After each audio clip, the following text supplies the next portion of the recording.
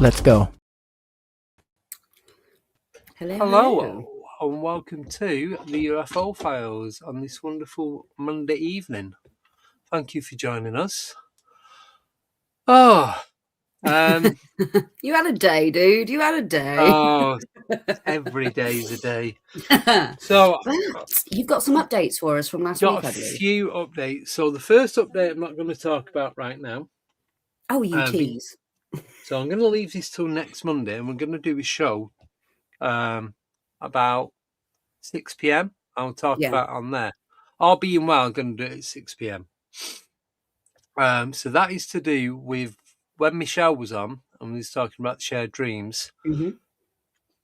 She sent me photos of the house, of where she grew up, and some more images that I'll go to in detail on there. Mm-hmm. And I'll give you all the full, because I've saved the conversation, and I'll run it that way. But very interesting and intriguing. Yes, I'm in the dark on this one because you kind of let me know that stuff's gone on, but I don't know what's gone on. So it's a bit, come on, dude, spill. All I will say is the house that she grew up in is the house that was in my dreams. No way. Yes. And the woods down the side and round the back is just, that's another story completely. Oh, I'm looking forward to that. But I believe you had an experience as well that you've been tantalising me with for days. Well, I thought I didn't have a clue what it was. And so it was out in Peterborough, like out in the sticks, between Peterborough and I think it was Lincoln, round that way. Yeah. Not as far over as Boston, more inland. So I was driving along. Well, no, I'll tell you, the night before, I've been trying to do the astral projection. Yeah. Remote viewing. Still kind of getting there a little bit, nothing too exciting. So there's actually another dream, but I'll talk about that on Monday as well. Because that's related to with Michelle. So I'm hoping these are all clean. Yes. So this dream was last Thursday. So last Thursday evening, well, more like Friday morning, to be honest with you. Because I don't go to bed before midnight. I don't go to sleep before midnight. So in this dream, it feels like it was a dream and not a memory. Right. But there's me, two other lads, and this big, this tall grey. And when I say tall, I mean about 11 foot tall. Wow. We was just walking along.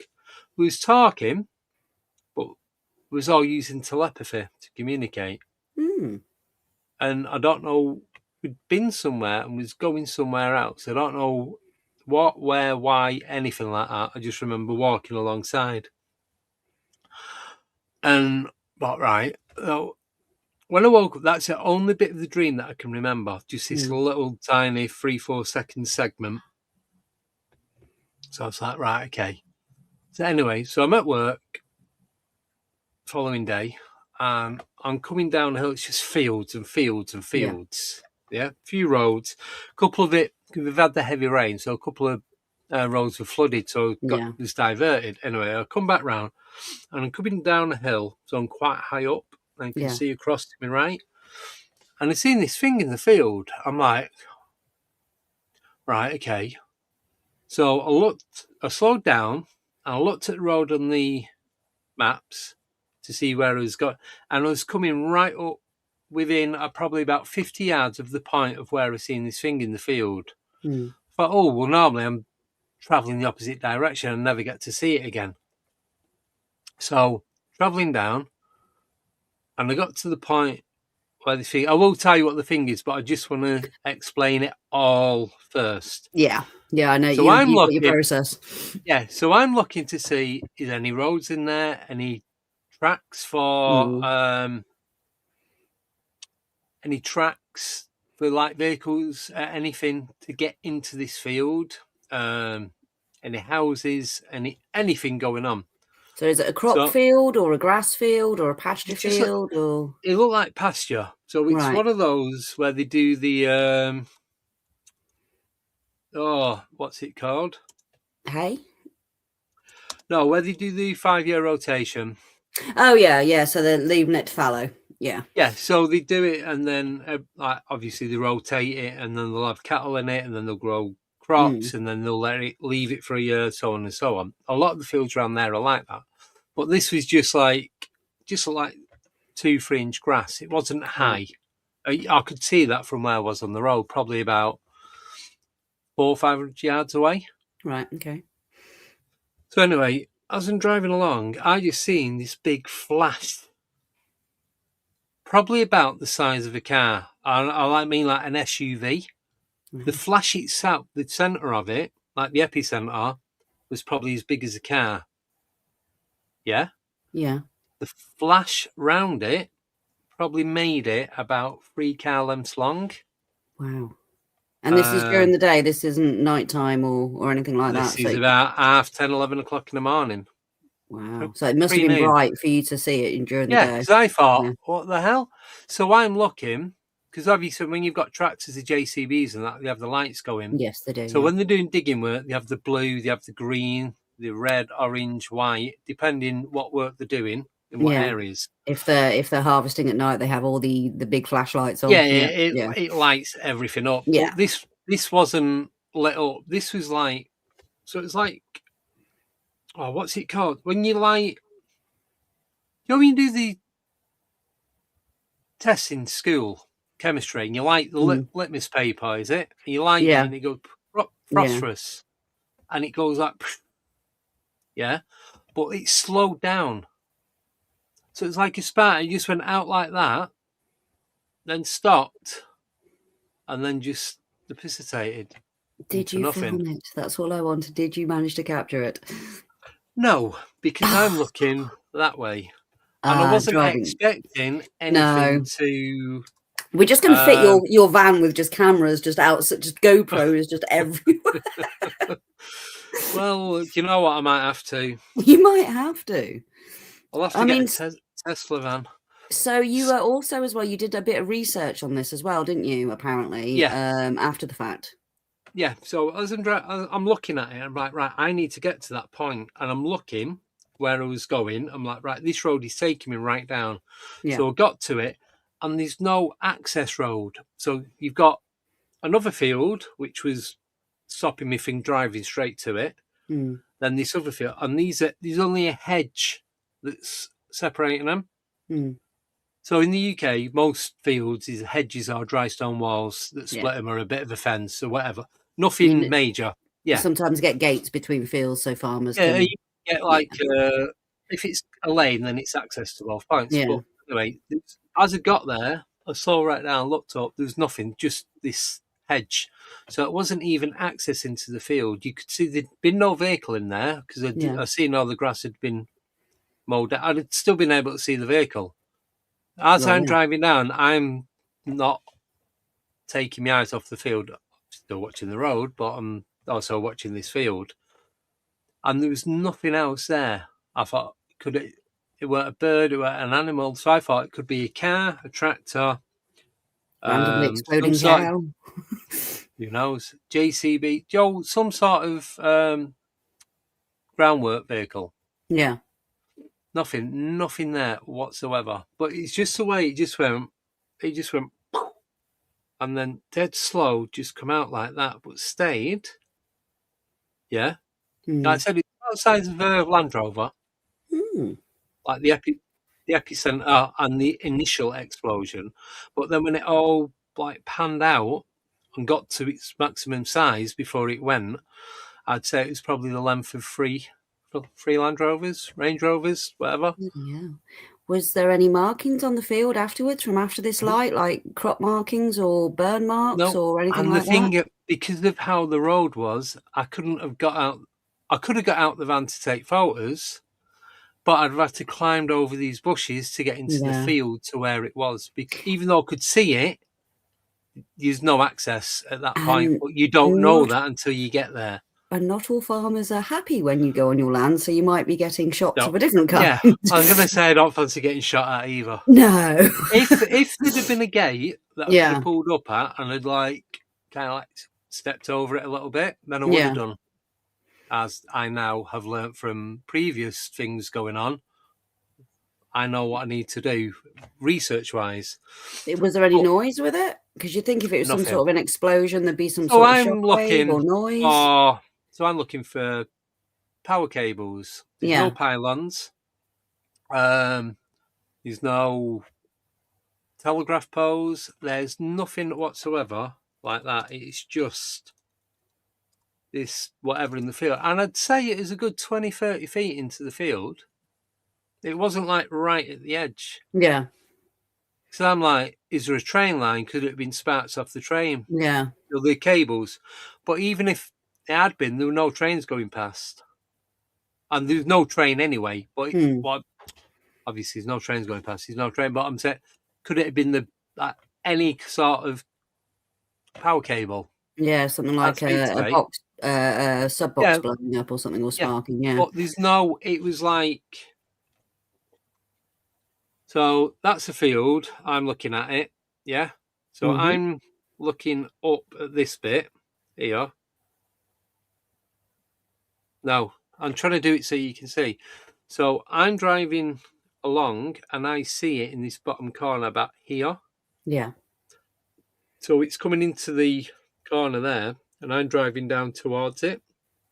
So I'm keeping a few bushes and that, but it is only like less than a second. You keep your eye on it all the time. And then nothing else happened. And I'm looking up and down the field to see if there's anything travelling round in the field. Nothing. No marks, there's nothing, no crop circles, nothing like that. It was just this spark that stayed and then just dissolved. And was it just a pure white light or was it blue or orangey? No, it's a brilliant white light. So you know the LED lights? Yeah. Imagine that like a sparkler. Yes, yeah. So you get the bits coming off. It was like that. But it was more... Because when you have a sparkler and it comes off, the bits of fragments come off and burn out. Yeah. Imagine that, but slowed right down, like hyper slow. That's what it looked like. Is the area any kind of significance? Is it on ley lines or notable for UFO hotspot? I'd never been to that area before in my life. Right. So, and it's just... I think it was just a random thing happening. Yeah. And I was just there to witness it. Well, maybe all of your consciousness work you were doing with Michelle last week, obviously to facilitate some sort of astral projection or shared dream state, may have put you in the kind of frequency where it facilitated you to witness something like this. Possibly. But it lasted, what? 4, 5, 6 seconds. Bloody hell. Because I was watching it, I'm like, what the hell? Because I thought it might be like, because it's quite sunny last Friday. Yeah. He thought I'd been throwing it down. The sky was pretty clear. Yeah, we had the big round thing in the sky for once. Yeah. And not a UFO, but it's very seldom seen. You see UFOs more at the minute. So I thought if it was like a trailer on a tractor and it's got the side mirrors on it, if it's something bouncing off the mirror or the back window during the cab, could it have been something like that? Yeah. But there was nothing, and that's when it went. I was expecting to see something there, or even they've got the circular mirrors for driving out the drive, so they can see the awkward angles, awkward ankles as well. I've got some awkward ankles, so yeah, don't worry about it. But nothing. There's no road, nothing. No houses, no barns, no buildings, no vehicles, no power cables. There's no structures. Not even any roads. I thought, could it be the angle of the road sign? Because you use a reflective material. Yeah. Nothing there whatsoever. So make of that what you will. It was a giant spark in the field about 10:30, 11 o'clock in the morning in the Peterborough, or the outskirts of Peterborough, the countryside. Well, I know who we can ask soon. Shh. Okay. Not yet. Not yet. Too early. Too early. I'll sit on that one. Yeah. So that was last week, and I've had a look online, and all you've got is like ball lightning, but it's different because of the way Yeah. that ball lightning traveled. This didn't Yeah. travel. It might have. I didn't see it get there. I just seen it when it was there. Yeah. Yeah, I see what you mean. Yeah, it didn't traverse there and then just go. No, I It didn't just see kind of it went. drop. I didn't see it Yeah, come up, left, right, or yeah. rotate. Didn't see any of that. I just seen the spark blow out, and then that was it. But it's very bright white, phosphorus. That's it. Wow, a great experience, mate. Seriously, Yeah. but I honestly do think all the conscious work that you were doing last week probably helped facilitate that. I also, as I drove down near it, I put the window down on the van to see if I could smell any burning. And Yeah, no, nothing. just wet. You know when it just smells of wet? That's Yeah, it. wet earth, damp. Yeah. Yeah. Nothing Mildly moist. exciting. So, Wow. yeah. If you have any ideas what it could be, you can leave your thoughts in the comments at the end of the show. Yes. If not, then don't know. I don't And know what it was. we can ask an upcoming guest that I can't name at the minute because Abbie's told me no. If that area has any significance, because if one person would know, he would definitely know. Yes. Yeah. Yeah. So we have got some interesting things lined up for tonight's show. We have a sighting from Brazil that's been seen by multiple people that we've got footage for, and we also have some very interesting articles that have been trending in the news with regards to UFOs. Also with, how UFOs disclosure will affect the economy. Believe it or not, the Bank of England have been strategizing of what's going to happen when we have disclosure. They are worried about it. yes. So which one do you want to go think for there's going to first? be a big Bitcoin rush. They do. I can pull that one up actually while we're here. We'll So do the Bitcoin one because I've just we'll got do that the up on screen. You've got it up on screen. Do you want to start it off then? So, it's loading. The disclosure of aliens could cause a Bitcoin rush. Yeah. Yes. Former Bank of England. Oh, well, that was good. As I'm saying it, an advert come up. Former Bank of England. Where's the name gone? Is she gone, is she? This was according to the Sunday Times. Former Bank of England analysis. Analyst says it doesn't give you a name. Which the Central Bank of the United Kingdom has written to the bank governor, Andrew Bailey, regarding the need to prepare for potential disclosure of aliens by the Trump administration in the United States. The former Bank of England analyst Helen McCow previously worked as a financial security at the bank and helped develop plans for theoretical economic crisis, such as the one she sees with the possible full disclosure scenario. According to the prediction of the... Why? I was just going to say, why? How is it going to affect us if it's a Trump administration? How is it going to affect the UK? Because anything America does affect our economy anyway. So it's a dual system, isn't it? So... yeah. Also as well... hang on, there we go. The potential for alien disclosure is not as far-fetched as previously thought, with the odds sitting at 12% for such a revelation before 2027, albeit on low trading volume. There has been an increase of number of credible high-level government officials speaking up about UFO, now referred to as UAP phenomenon, over the past few years, culminating in the appearances by the Secretary of State, Marco Rubino, okay, former Director of National Intelligence, James Clapper, thank you, Senator Kirsten Gillibrand, and many others associated with the documentary Age of Disclosure. But before you carry on, do you think all this is a diversion of what is really going on? Because without going too political, you've got all the stuff going on with Greenland and Denmark and the US. And now, let's throw disclosure into it. Well, there's a rumor that there's apparently a UFO in the middle of Greenland that's melting, and that's what they're trying to get to. But I'm not sure how true that is. If you ask me, that sounds a little bit No. okay. But yeah, they're saying Yeah. basically that people's lack of trust in the government. I don't know where they get that from.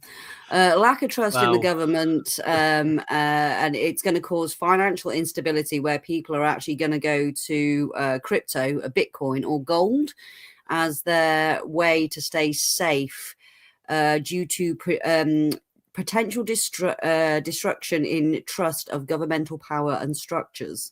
There might be a total rush to digital currencies such as Bitcoin, which may prove appealing for people who question the legitimacy of government and lose trust in government-backed assets, McCall wrote. So, yes, I mean, maybe it's time for us to actually start our own Bitcoin. We could have cryptid crypto. So I was watching some the other day, and a certain leader of a certain country was brought to trial, and he does no longer breathe. And he was planning on creating his own currency, and that was one of the reasons why this person's no longer drawing breath were stopped from working. Yeah. Funny how that happens. I'm just choosing my words. So this is the other bit. So the US Treasury Secretary, Steve Mnuchin, once received a briefing on the topic of ETs due to similar concerns. Doesn't say when. So maybe that's the reason part of the same thing. Is it all part of the same thing, or is it an excuse to push back disclosure, or is it a way to bring in this digital currency? The cashless system that they want to bring in. Who knows? I mean, as we were saying off air, the Bank of England and the Federal Reserve aren't actually belong to the government; they're a private entity, and they sell our money back to us. Yep. So, fractional reserve banking, yay, Rothschilds! Cheers for that one. Well, yeah, pretty much. And it's all owned by BlackRock and Vanguard and whoever else. There's three major groups, 5 or 7 companies that own everything throughout the world. Pretty much. So make sure none of them own YouTube, and we won't name the ones that own YouTube. We'll get disbanded. It is what it is. It is what it is. So, yeah, what do you think, guys? The age of disclosure, is it going to cause economic collapse? But I think we should start our own cryptid crypto. We could do. Just to let you know, you keep glitching out. You keep freezing, and then you're all right, and then it goes again. Do I? Oh, yeah. There we go. I mentioned the Rothschilds, you see. That's what you get. Well, swiftly move on. I'm going to be knocking on your door. Right, let's jump over. They've got to get past Jack first. Yeah.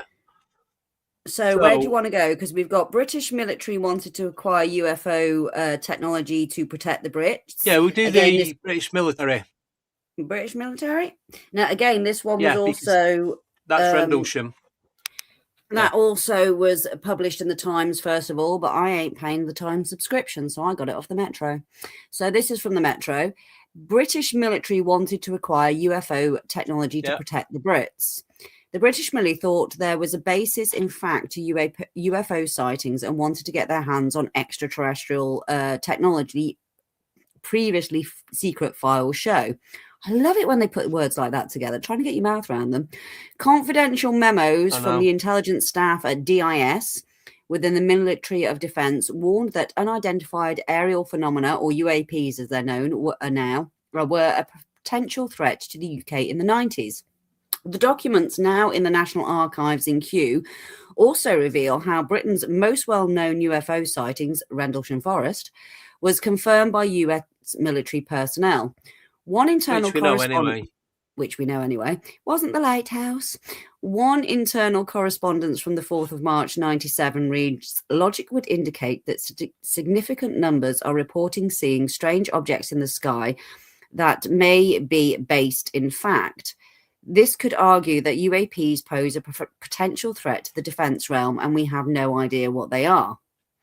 Intelligence officers appear particularly concerned about the reports of large, silent, low-flying black triangles which came out of Belgium in their thousands between November 89 and April 1990.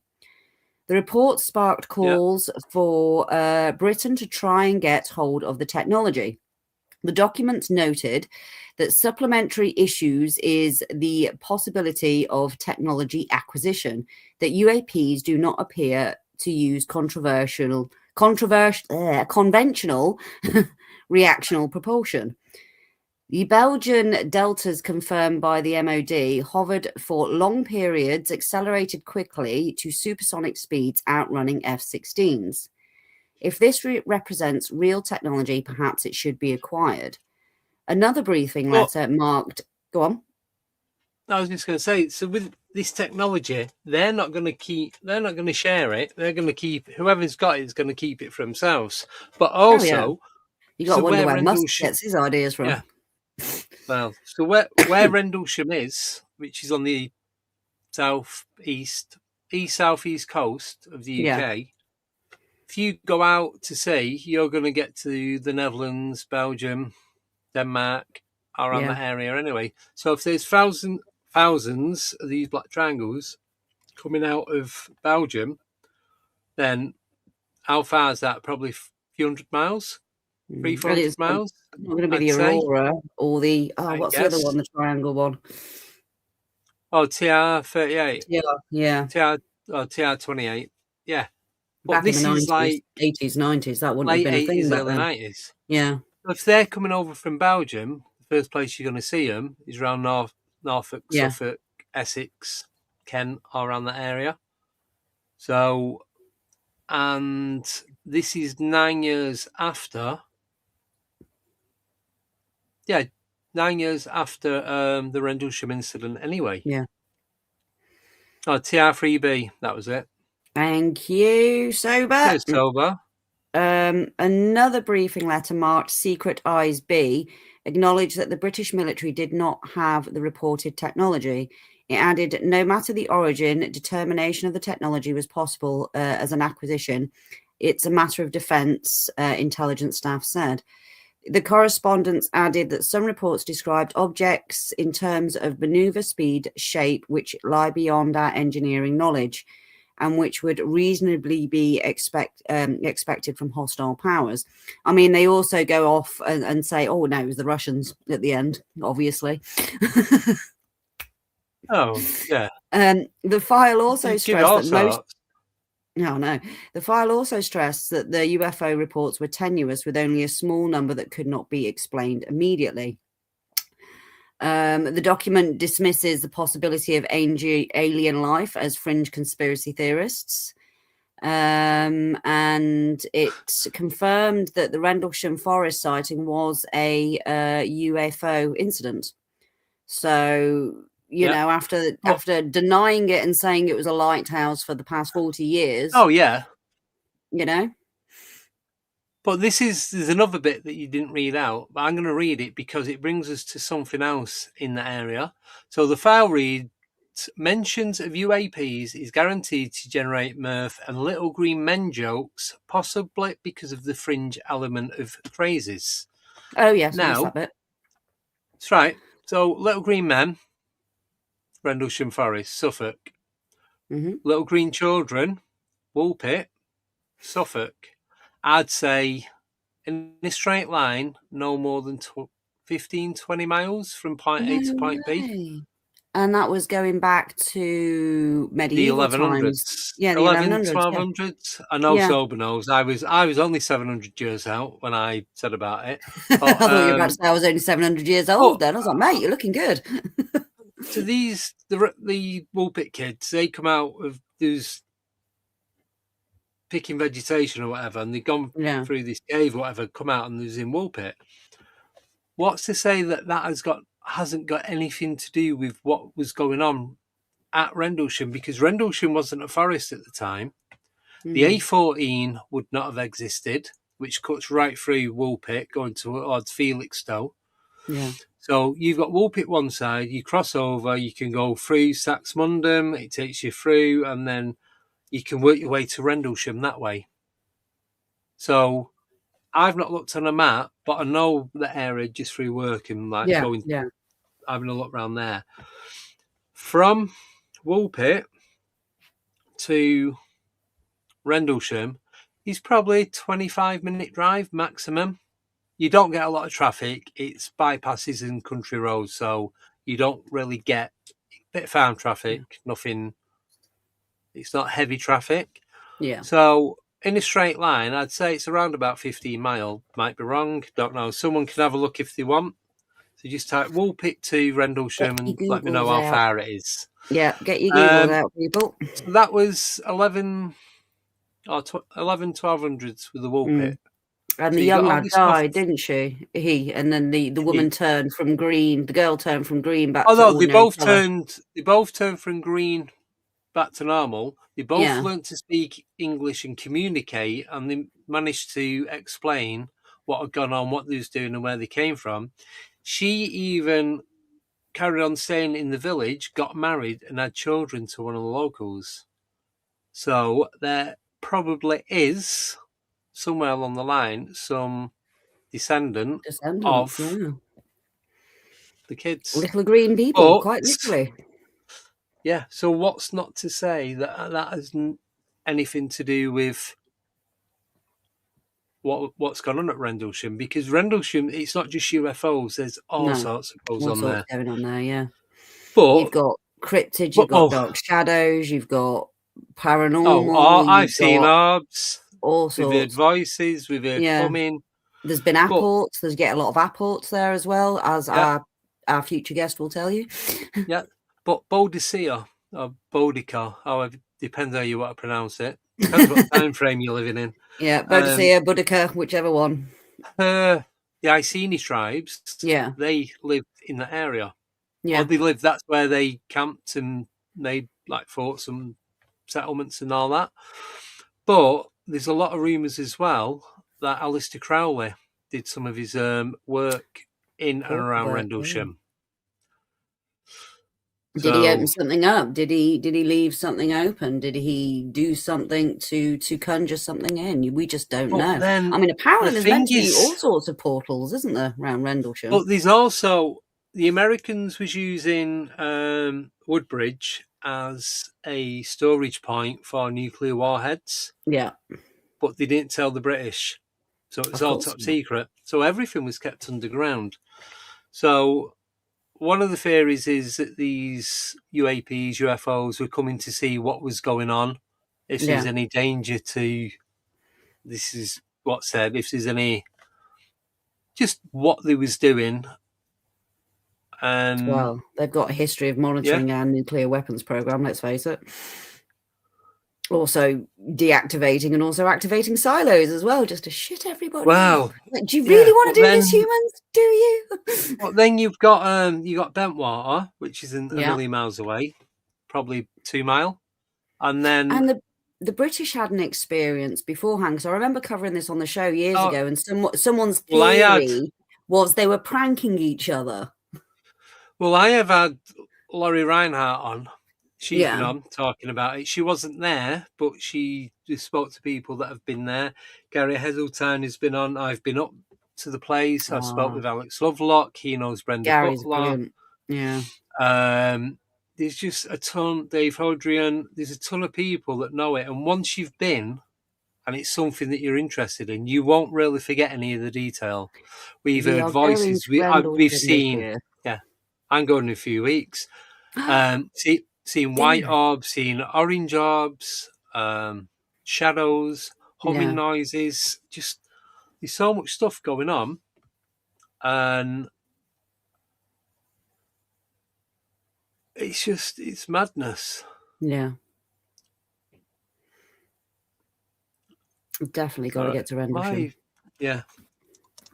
Definitely got to get to Rendlesham. It actually goes into if it has, dating back to December 1980. Kieran O'Keefe actually witnessed that as well, which he disclosed for the first time when I went to go and see Uncanny. a couple of months back. Yeah. He was driving back with Christmas with his family, and they stopped on the lay-by, and he actually witnessed this UFO with his family. Oh. See, I know loads of people that have seen stuff. I know people that have been chased out of there. Miles has had all sorts of issues go on there, hasn't he? I know of people that have had Miles Lewis. orbs. Yeah. Orbs that go inside the car. Yeah. What else? Alex has took photos, just random photos, and these things have appeared in the photos that look like I said, one of them looked like a giant, like a camel stroke fish. Oh, okay, that's a strange It combination. was weird. And then they got these others like white body with a big white bubbly head, and yeah, there's just all sorts. I can't wait. So I cannot wait to get to it. You know, there I mean, is Christ, could you imagine if us we did a CE5 at Rendlesham? Well, we've tried, but we didn't get anything. But I think I went there.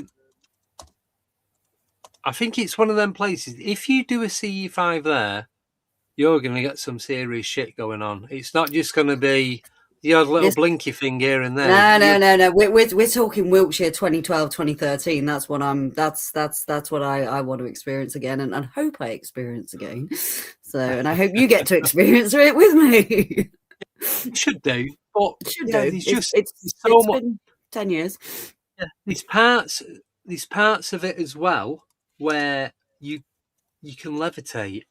It's not just UFOs. There's a lot of like supernatural stuff. So there's like a mystery spot, like in America, where physics does not do physics. Well, so Derek Savory, he's been on the show. He passed away a couple of years ago. I met him, thankfully, and I'd been talking to him, and he was telling me, I've interviewed him a couple of times as well. Yeah. And he's explaining that there's certain parts that you can go to where there's one particular part, and they have. It's like he'd meet up with this woman. Not in a dodgy way, that sounds so dodgy. He'd meet her and she'd do this stuff. That kind of encounter. So I'm just thinking while I'm talking, and there's a certain part, and they've been chased away from this part by military and non-uniform military as well. Wow. The best person to ask is Elaine Bright, that's Derek's sister, and Alex Lovelock. Yeah. Because Miles has had that as well, hasn't he? He's been chased out, and when he's been meditating and connecting, they've come and told him off and told him he can't do that here. So, but the thing is, it's supposed to be open to everyone, but then they close certain parts as and when they feel like it. Like I said, I seen what looked like an SS World War II German officer walking through the trees towards me as we're walking down the path. Yeah. We've been stood looking at this big. It's a vent that goes underground to the rail track. Yeah. We was looking at that because it's only just a big concrete circular lid with two metal bars strapped across it to hold it in place. And I had, like, it's all gravel. I at the side of me. And I said, Alex, is that you? And he's like, what do you mean? I went, it sounded like you were shuffling on the... He goes, why would I be shuffling? I went, well, you might have been scraping your feet or something. You're warming them up, you never know. And then Mike was barley, his dog, and gone into the trees, and he heard something. He heard the same thing, but then he felt like there was someone there as well. Yeah. And this was all within the same area where he took the photos prior to going there. The first time I met Alex, it was this 100-metre stretch, and it was just full of crickets, butterflies, dragonflies, and grasshoppers. And it was out of season, I've told you. Yeah. No. It was like, I think it was June, July. Oh, okay. Yeah. But for them to be all on the floor, it was just this one bit about 5 foot wide, about 80 meters. This path's about 100 metres, so it weren't the full length of it. Yeah, yeah. The floor was moving with crickets and Ooh, sorry. grasshoppers. And it's like, you know, when you go into a butterfly house Yeah, yeah, and they're just everywhere. It was like yeah. that, but just like in this invisible So shield what field. caused them all to land there? Because they all work off some sort of Well, they're frequency, all don't they? flying about, and Yeah. they're just all three of them are just there. Three of them, three. There's about 3,000 of each type. But species, all three species. Yeah, Yeah, yeah. yeah. That's what I meant. I So don't I'm just keeping me on the chat as well. Yeah, so there's all that going on. And then we got to the end and it stopped. And then you turn right and you carry on down the UFO trail. We probably walked about another 20, 30 yards. Yeah, And this is where we've always got something around the area. yeah. Every single time. I've Well, not been and I'm coming to stow not had away with you in the anything. next couple of weeks because Yes. how dare you go to Rendlesham with Well, I've just got to get the brakes fixed on my car, then getting them seriously, done next week. I'm not calling for astral projection. I'm calling for my co-host to be abducted now at this point. Thanks. It's all right. I'll get them to Yeah. skip the probing. Well, yes, please do. Yeah, But yeah, I'm feeling kind. See, I want to go again at night. We've been at night a couple of times, but I like going like in the dead of the night. During the day, so yeah, I like to go during the day to scout it, to know where you are, to know the area, get a feel of the place, and then go back at night. But there's a tree called, I think they call it the big cat tree. Yeah. And you can clearly see, it's just as you go into the forest, that something's climbing up and pulling the bark. You can see claw marks of where they pulled the bark, and apparently it stinks of piss. And if you use a UV torch on it, well, I can bring 2 scopes and a thermal imager. Yeah. So when we went, we took torches. Alex had been to one of the local like hardware stores, bought a new torch. We're walking back, pitch black. Not one of us thought about putting our torches on. It's like I had two handheld, 2 square torches, flashlights, the Americans, but not like burning houses down or anything. So I had 2 flashlights, 2 square LEDs that I can connect to the tripod and all that kind of stuff. Nothing, didn't put any of them on. Sometimes you don't need it, mate. There was 4 of us. Yeah, no, but we did need them. But we just kept walking. We didn't even. It was like something had removed that thought to tell us not to do it. Maybe if you shone it in the trees, you might have seen something you might not have wanted to see. Yes, possibly. That's what we all thought afterwards. Yeah, it's like when. Yeah, there's me, Mike, Og, Alex. I think it was Tim. And yeah. And none of us put our touch on. It was very, very strange. And with the crickets and the animals as well, I mean, don't you find when these sort of things go on, it's just deathly silent, doesn't it? Everything, nature just stops. Yeah. This is the thing, where all they were, it was like an invisible barrier was keeping them in. They weren't flying. This is like going a little bit. Yeah. But it's like they were staying within this proportioned area of. So something was messing with their internal, navigation system. Something we're keeping them on that stretch. Yeah. Interesting. Again, it's that ancient, and it is an ancient place. I mean, our guest, who I'm going to name in a bit when Andy lets me, when he's been there, he's done a lot of research. He's found ancient termali there, so and things like that, and mounds, and so it is one of these ancient areas, like Dorset, up on Dartmoor, like up Wiltshire and things like that. So, and it is on those ley lines as well. So it is an area of high strangers before the whole Rendlesham thing brought it to light.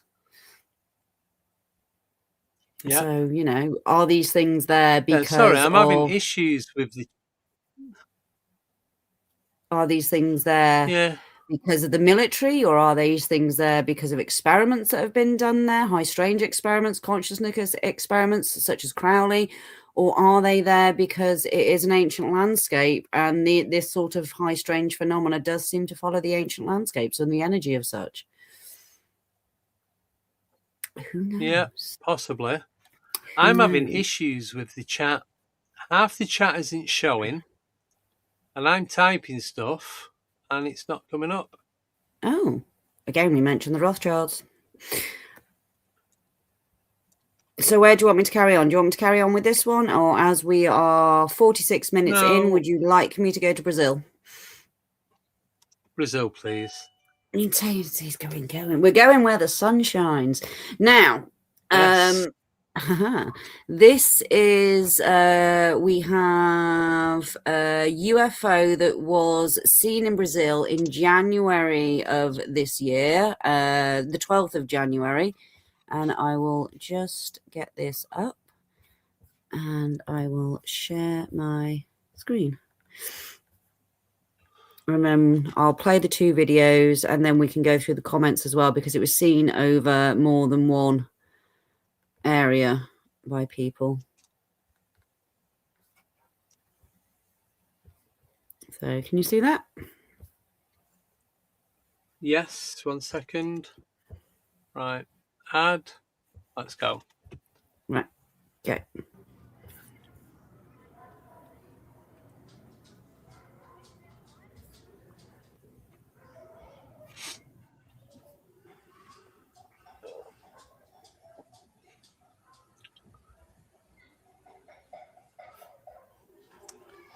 So this is like the ones that you were showing the other week.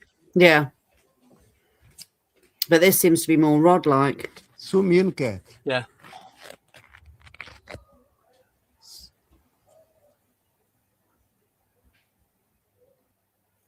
Right. If you stop screen sharing for me. Yeah.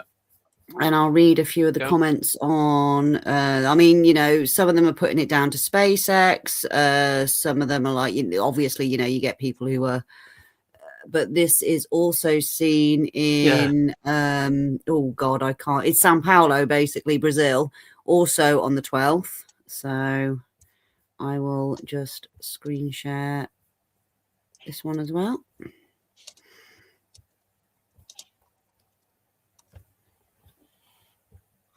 Yeah, let me know when it's ready.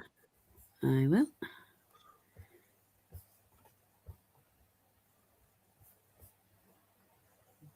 Okay, go. There you go.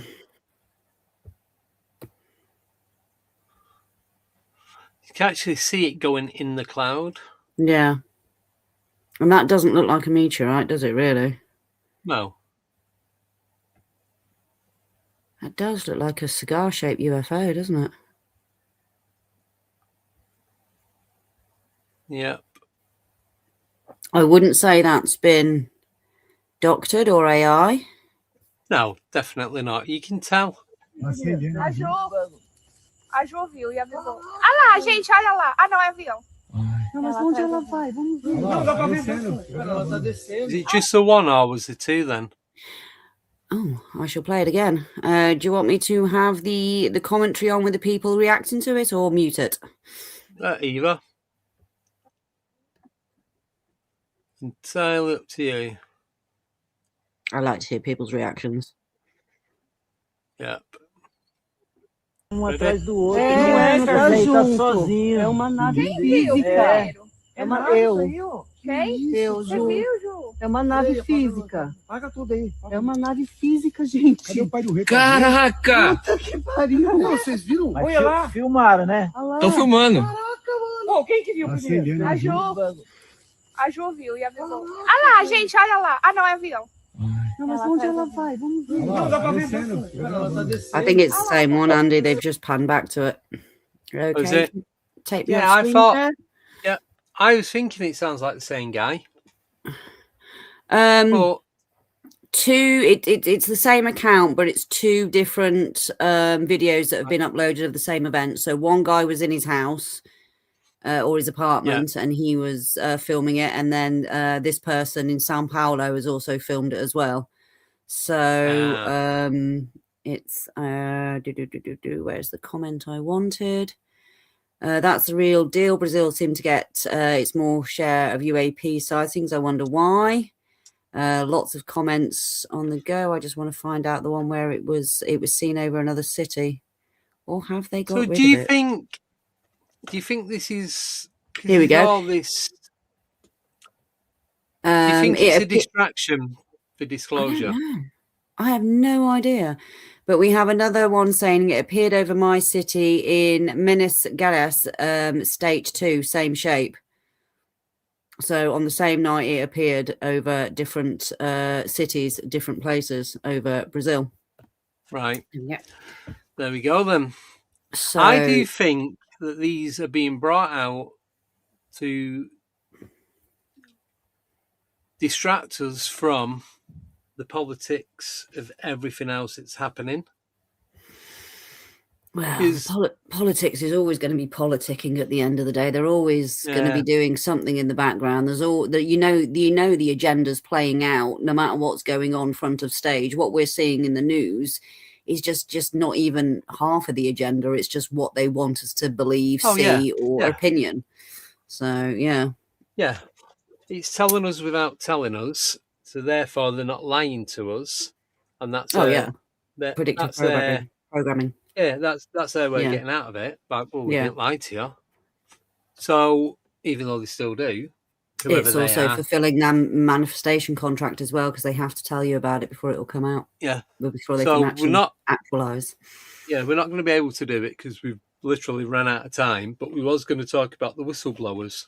But hopefully, between now and next week, these 4 people that are supposed to be coming out, and talking about whatever he's talking about, whether it's going to be scripted, or is it Stephen Gray that said that they're going to be coming out? Dr. Stephen Gray said that these people coming forward. He's put it out.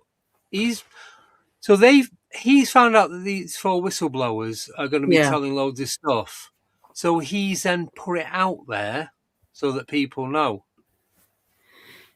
Oh, isn't that putting the whistleblowers in danger? Well, before they blow the whistle. Yeah. I'm hit and miss on some of the things that come out by Mr. Stephen Greer. I'm just discerning anyway. I'm skeptical, discerning, even though I've seen some stuff that will even curl my hair. But it's it's one of those things, isn't it? Really, it's like okay, but yeah, I mean, apparently, there's meant to be these whistleblowers coming out. It's all going to come out before 2026, and it's supposed to be coming out in the next 2 to 3 weeks. Yeah, is it though? No. It'll be the same shit, just different people saying about it. Yeah. It's the whistleblowers, the people like us that see stuff, and then we have a platform where we can talk about it. Oh yeah, we're not whistleblowing as in, look, we've got evidence, we've got actual items and artifacts and everything from the craft. Yeah. We're saying what we are seeing. We're telling you what is real and what we're seeing and what we're videoing and photographing. Yeah. And that's it. Well, we can save the whistleblowers one for next week. It came out. This came out by the Daily Mail, or the Daily Fail, as people like to call it, and it came out on the 18th of Jan. A surge of whistleblowers and new congressional mandates mounting political pressure are pushing towards U.S. insiders, which say be the first true UFO disclosure in 2026. The first in 2026. It's only like the 19th of January, not even 3 weeks in yet. Obviously, it's going to be the first, isn't it? Yeah, it's going to be. If it was in December and they said that, then that might have had some bit of spark to it, but doesn't do it for me. Researchers told the Daily Mail that a growing number of insiders from military intelligence community are now prepared to testify publicly, making the continued secrecy increasingly difficult to maintain. But will We it shall though? see. All I'm going to say is watch this space. But speaking of watch this space, there has been a massive coronal mass ejection yesterday, and apparently we are due a S4 class solar storm due to hit us in the early hours of this morning for the UK. Going into the 20th. Now, whether you'll be actually able to see it because of the clouds is anyone's guess. But early hours of the morning, they're not quite sure when it's going to hit us. So get on your aurora watches in America and the UK, and anywhere that you are in the northern hemisphere. Bleh, can't speak. Yep. And if you get any good cool pictures, let me know. And look at the skies as well, and see if you find some UFOs whilst you're aurora watching. Yes. Also, as well. Artemis 2, the new rocket that will be going to the moon, has been taxied to its launch dock as well. So we will keep you updated on that, because I think the launch is early Feb, isn't it? They're going to launch that one to the moon. And I think it's going to go round the moon, take photos of the dark side, take photos of the Apollo moon landings, and come back. Well, I've heard today as well that Free Eye Atlas is making a return. Oh, for goodness sakes! What has it done? Is it reverse thrusted? Is it? What is this? Back to the Future? It just looks like a giant space turd. Gherkin. Well, I'm calling it a giant space turd at this point, because it makes more returns visits than you after you've been for a Vindaloo. Yep. Pretty much. So right. So we will talk about this. Carry on talking about this again next week. Do you want to reveal who the guest is going to be making a regular appearance? We have an exciting news. We have a regular guest who has his UFO archive is second only to the MOD's. Put it that way. The amount of research and the amount of books that this researcher has written is in the he's got over 22 books published. He is a ex-retired CID officer, so he's very, very credible. And his name is John Hanson. I'm sure you guys have heard of him before. He's got the largest UFO archive in the UK. I've had the pleasure of interviewing before. Absolutely fantastic man. And he is going to be taking us through the decades of UK major cases from the 40s onwards on a monthly basis. Now, I have one of his books here, Policing the Haunted Skies. He's also, this is about a book all about UFO reports within the police, something that Gary Hasseltine does as well. Also another top bloke. I've met him before. Another one we need to get on, really, on the UFO Files. Again, yeah. Yes. And he's written two books about Rendlesham with Colonel Holt, called The Holt Perspective 1 and 2. And he's currently writing two books at the moment, one about Wiltshire, and one where he's discussing, how to tell the difference between actual events and hoaxes, basically. Yeah. I can't wait for John to come on, and he's going to be taking us in depth into some of the most interesting cases that we've had in the UK that are little known and probably didn't make the disclosure file, Nick Pope. Probably didn't make the disclosure file back in 2009 and 2010. Say nothing. I am looking forward to speaking with John. So he's going to be on in February at some point, and then we're just going to work it from there. Yeah. So we do have to go. Join us on Wednesday when myself and Nicole will be